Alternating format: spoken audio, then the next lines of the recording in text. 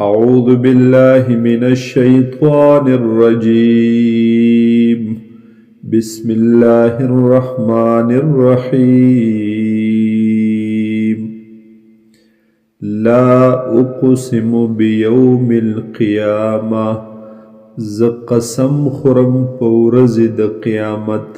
یعنی حاجت قسم تنشتا خو بیا هم قسم خرم ز پورز د قیامت ولا اقسم بالنفس اللوامه او قسم خرم ز په نفس ملامت کونکی ایحسب الانسان آیا گمان کوي انسان دا خیال کوي انسان الن نجمع عظاما چې هرگز چې چری به هم جمع نکړو مونږ هډوکو د دلرا بلا ولنا یعنی خامخا به جمع کو قادرینا قادر یومن علی ان نسوی بنانا په دې خبره چې برابر کړو اغه سرونو د ګوتو د دلرا اغه بندونو د ګوتو د دلرا بل یرید الانسان بلکې اراده لري انسان غواړي انسان خوخوي د انسان لیفجر اماما چې د تکذیب وکي د هغه سنا چې مخې ته را روان دي د انکار وکي د هغه سنا چې مخې ته را روان دي یسأل ایان یوم القیامه تپوس کوي دی چې کله به وي ورځ د قیامت فاذا برق البصر پس هر کله چې وبریخي نظرونه سترګې وخسف القمر او تور شي سپوږمۍ وجمع الشمس والقمر او یوځای کړلی شي راجمع کړلی شي نور او سپوږمۍ یقول الانسان یومئذ نوای به انسان په دغه ورځ این المفر چرته د زید تیختی کلا هرگز داسې نه ده لا وزر نشته د زید بچاو نشته د زید پناه الى ربک یومئذ المستقر خاص رب ستا طرف تب په دغه ورځ زید قراری وی زید واپس کېدلو وي ينبأ الانسان یومئذ خبر به ورکړلی شي انسان ته په دغه ورځ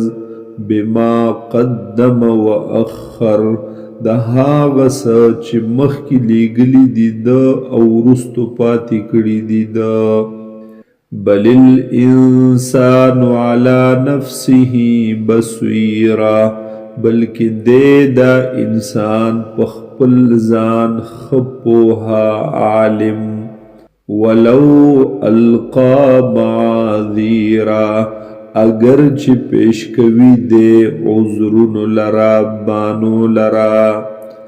لا تحرک به لسانک حرکت مور کوا په دې قرآن پاک سره جبې خپلې لرا لتعجل به د دې دپاره چې ته تادي وکړې په دې باندې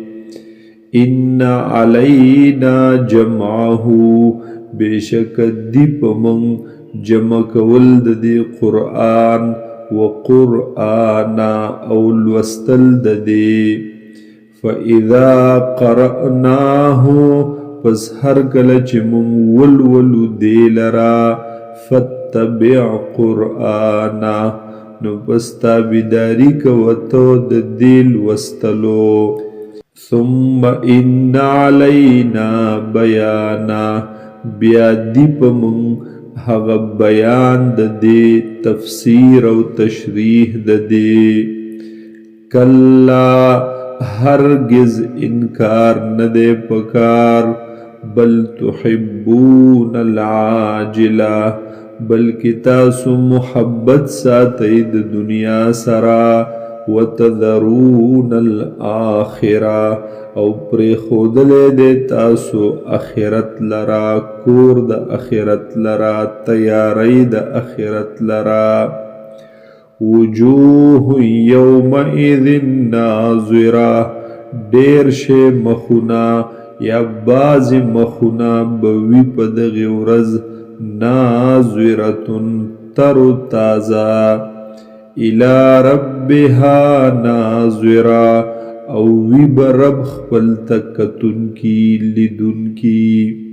ووجوه یومئذ باسره او باز مخونه بوی په دغې ورځ باسرتن سپیره غمجن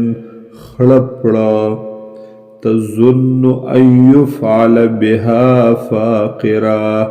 ګمان بکوي ته چې عمل بکولی شي د سره فاقره ملا ماتونکې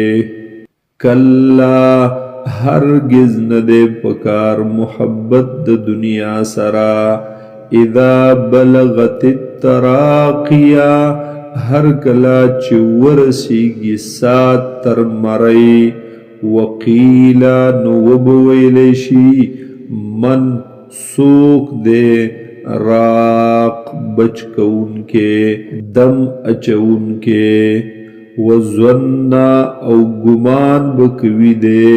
بلکہ یقین براشی دد انه الفراق چی بیشکا دا وقت دے د فراق د جدائی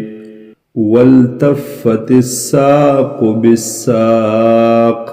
او تاو بشی پندائی د بلی پندائینا الى ربک یومئذن المساق خاص ربستا طرف تبا پا دغ ورز ورتللوی ورچلی دلوی